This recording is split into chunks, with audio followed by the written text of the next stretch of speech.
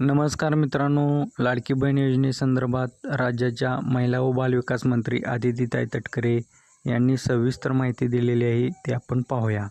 आम्ही साधारणपणे 2 महिन्यापूर्वी 18 नोव्हेंबरपर्यंत KYCची प्रक्रिया पूर्ण करण्याच्या संदर्भामध्ये सर्वच आपल्या महाराष्ट्रातील लाडकी बहीण मुख्यमंत्री माझी लाडकी बहीण योजनेच्या लाभार्थी महिला ज्या आहेत त्या माता भगिनींना आम्ही त्या ठिकाणी सूचना केल्या होत्या।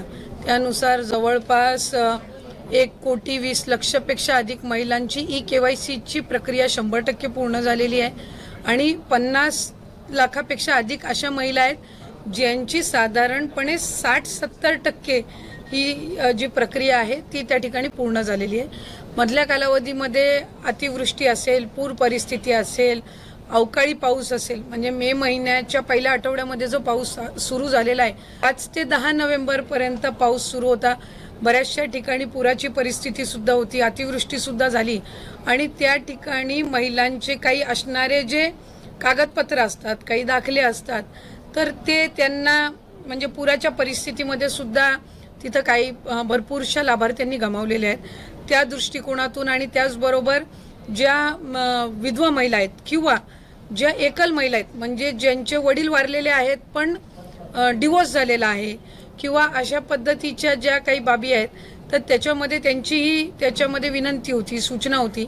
मधल्या कालावधीमध्ये आदरणीय मुख्यमंत्री देवेंद्र फडणवीस साहेब, दोन्ही उपमुख्यमंत्री शिंदे साहेब आणि आदरणीय दादांच्याकडे सुद्धा त्या संदर्भातली चर्चा करण्यात आली आणि 31 डिसेंबरपर्यंत आपण KYC करण्याची मुदत ही वाढवत आहोत, म्हणजे जेणेकरून ज्या काही जिथं अतिवृष्टी झाली, पूर परिस्थिती झाली, तिथल्यांनाही महिलांना KYCसाठी त्या ठिकाणी अधिकची मुदतीतून त्यांना KYCची प्रक्रिया पूर्ण करता येईल। या व्यतिरिक्त ज्यांचे पतीचं निधन झालेलं आहे, वडिलांचंही निधन झालेलं आहे, अशांकडे जे सर्टिफिकेट नाही आहेत, म्हणजे अशांकडे त्यांचे जे डॉक्युमेंट्स नाही आहेत, त्यांचं डेथ सर्टिफिकेट असेल किंवा डिवोर्सचे न्यायालयांच्या जी काही डिवोर्सचे सर्टिफिकेट्स असतात, म्हणजे कोर्टचे जे डॉक्युमेंट्स असतात, ते त्यांना अपलोड करण्याच्या दृष्टिकोनातून किंवा एखाद्या गावामध्ये एखादी एकल महिला असेल किंवा एखादी विधवा असेल, तिच्या पतीचंही निधन झालं आणि वडिलांचंही निधन झालेलं आहे, अशा महिलेनी लाभार्थ्यांनी जर ते डेथ सर्टिफिकेट किंवा ते डॉक्युमेंट्स जर तिथल्या अंगणवाडी सेविकेकडे उपलब्ध करून दिले, तर ती त्याची जे सर्टिफिकेट आहे ते CDPOकडे देऊन त्या संदर्भातली सगळी प्रक्रिया पूर्ण करून घेऊ शकतील। आम्ही आजच त्या संदर्भातला शासन निर्णय सुद्धा निर्गमित करत आहोत। त्याच्यामध्ये ज्या ज्या गावातल्या किंवा शहरातल्या तिथल्या अंगणवाडी केंद्र आहेत, ज्या अंगणवाडी सेविका आहेत, त्यांच्याकडे त्यांनी तशा पद्धतीचे कागदपत्र सबमिट करायचे आहेत। इन द मीनवाईल त्या मध्यंतरी त्या कालावधीमध्ये आम्ही वेबसाईटवर पण तशा पद्धतीचं ऑप्शन हे देण्याच्या दृष्टिकोनातून आमचं काम हे सुरू आहे। रोज साधारणपणे 4 ते 5 लाख महिलांचं KYCची प्रक्रिया ही त्या ठिकाणी होत आहे। मधल्या कालावधीमध्ये थोडं 1-2 लाखावरती संख्या आलेली होती, पण नंतर पुन्हा एकदा त्या वेबसाईट आणि संबंधित विषयांवर काम करून आता ती पूर्वपदावर आलेली आहे। तर या संदर्भामध्ये राज्याचे मुख्यमंत्री फडणवीस साहेब आणि दोन्ही उपमुख्यमंत्री शिंदे साहेब आणि दादा यांच्या सूचनेनुसार आपण ती 31 डिसेंबरपर्यंत मुदत वाढवत आहोत। जून 2024 मध्ये ही योजना झाली। 1 जुलैपासून लाभार्थ्यांनी याच्यामध्ये फॉर्म भरायला सुरू केले। सरकारी नोकरींमध्ये जे असणारे लाभ घेणारे होते, जवळपास 7 ते 8 महिन्यांपासून किंवा त्याच्याही आधीपासून जसं जसं विभागाच्या यंत्रणेच्या लक्षात येत गेलं तसं तसं त्यांचा लाभ तिथल्या तिथे थांबवत गेलेला आहे। 6-8 महिन्यानंतर ज्यांचं निदर्शनास आलेलं आहे त्यांच्या पगारातून ती ट्रेजरीमध्ये म्हणजे सरकारी तिजोरीमध्ये परत घेण्याची प्रक्रिया सुद्धा जवळपास 6-8 महिन्यापासून त्या ठिकाणी सुरू आहे। आणि ज्यांना नवीन सरकारी नोकरी लागते, जशी पोलीस भरती जशी होते किंवा सरकारी नोकरी जशी लागते, तसं ते डॉक्युमेंट त्या विभागाकडे देतात की आता मी या योजनेमध्ये पात्र नाहीये, तर त्या पद्धतीने आपण ते अपडेट करत असो। जसं जानेवारी महिन्यामध्ये आम्हाला डेटा मिळाला नमो शेतकरी योजनेचा, साधारणपणे तो 5 ते 6 लाखाचा डेटा होता आणि मग त्या पद्धतीने त्यांचा लाभ आपण 1000 रुपये त्यांना नमो शेतकरीचा आणि 500 रुपये लाडकी बहीणचा असा आपण सुरू केला. तसंच सेवार्थचं ज्या वेळेला आम्हाला 2,500चा डेटा मिळाला, आपण त्यांचा लाभ तिथल्या तिथंच फेब्रुवारी महिन्यातच आपण बंद करून टाकला. काही वेळेला असं होतंय की प्रसारमाध्यमांकडे किंवा पत्रकार म्हणजे वर्तमानपत्रांकडे 2-2, 3-3 महिन्यानंतरचे केसेस सुद्धा समोर येत आहेत आणि मग ते नव्याने आत्ताच झालेत. अशा पद्धतीची त्या ठिकाणी एक म्हणजे संभ्रम निर्माण होत आहे. आम्हाला ज्या ज्या वेळेला सरकारी जिथं नोकरी लागलेली असेल किंवा काय, हे जसं त्यांच्या याच्यावर अपडेट होतात त्यावेळेसपासूनच आपण त्यांचा लाभ देण्याची प्रक्रिया बंद करत असतो. जो 12,000 12,500 पुरुषांच्या संदर्भात पण होता, तिथं काही अशा केसेस आहेत जिथं घरामध्ये महिलेची अकाउंटच नव्हती आणि त्यावेळेला त्यांनी पुरुषांच्या याच्यावर सुरू केलेलं होतं. नंतर स्वतःची स्वतंत्र अकाउंट आल्यानंतर त्यांनी ते अकाउंट बदलण्याचा सुद्धा प्रयत्न केला.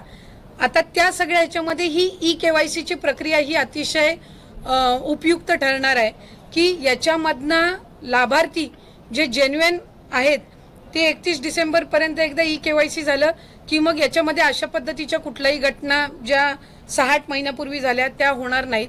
आणि जे पुरुष लाभार्थ्यांनी काही ठिकाणी जिथे लाभ घेतलेला आहे तिथेही आम्ही व्हेरीफाय केलंय. ज्या ज्या वेळेला लक्षात आलं त्यावेळेला त्याच वेळेला तिथं त्यांचा लाभ वितरणाची प्रक्रिया ही थांबवण्यात आलेली आहे आणि ज्यांची नाही तर त्यांना दंड आकारण्याच्या संदर्भातली सुद्धा किंवा त्यांच्याकडनं ती जी रक्कम आहे ती पुन्हा एकदा वसूल करण्याच्या संदर्भामध्ये सुद्धा जो प्रस्ताव आहे तो विभागाच्या वतीने शासनापर्यंत जाणार आहे. फेब्रुवारी महिन्यातली घटना आहे. सरकारीमध्ये पण बरेचसे असे आहेत ज्यांची सरकारी नोकरी लागल्यानंतर स्वइच्छेने त्यांनी आपलं जे चलन असतं सरकारी चलन याच्यातनं त्यांनी ती रक्कम परतफेड केलेली आहे. जिथं जिथं प्रशासनाच्या स्थानिक प्रशासनाच्या लक्षात आलं तिथं त्यावेळेला त्यांनी एकतर तो लाभ बंद केलेला आहे आणि जर त्यांना 3 महिन्याचा लाभ गेला असेल तर त्यांच्याकडनं दर महिन्याचं वसूल करण्याच्या संदर्भामध्ये सुद्धा प्रक्रिया केलेली आहे. त्यामुळे साधारणपणे ही जी संख्या आहे ही काही फार मोठी नाही आहे. म्हणजे तसं बघायला गेलं तर 1% पण आतली असणारी संख्या आहे आणि ती प्रक्रिया जी आहे ती आपल्याकडे ती विभागाकडे ती रक्कम परत येणार नाही. ती शासनाचं जे ट्रेजरी डिपार्टमेंट आहे यांनी जो एक ठराविक हेड आम्हाला ओपन करून दिलेला आहे ती त्याच्यामध्ये येते आणि मग ती शासन जमा होते. पोलीस भरती जशी जशी होत त्याच्यातले जे लाभार्थी असतील ज्यांची पोलीस भरतीमध्ये नियुक्ती झाली मग ते नंतर 1-1.5 महिन्याच्या नंतर कालावधीमध्ये ते विड्रॉ करायला लागतात. त्यामुळे दर महिन्याला अशा पद्धतीचे आकडे येत असतात. जसं 65 वय च्या पलीकडे ज्या महिला जातात ती दर महिन्याला रिवाईज होत असते.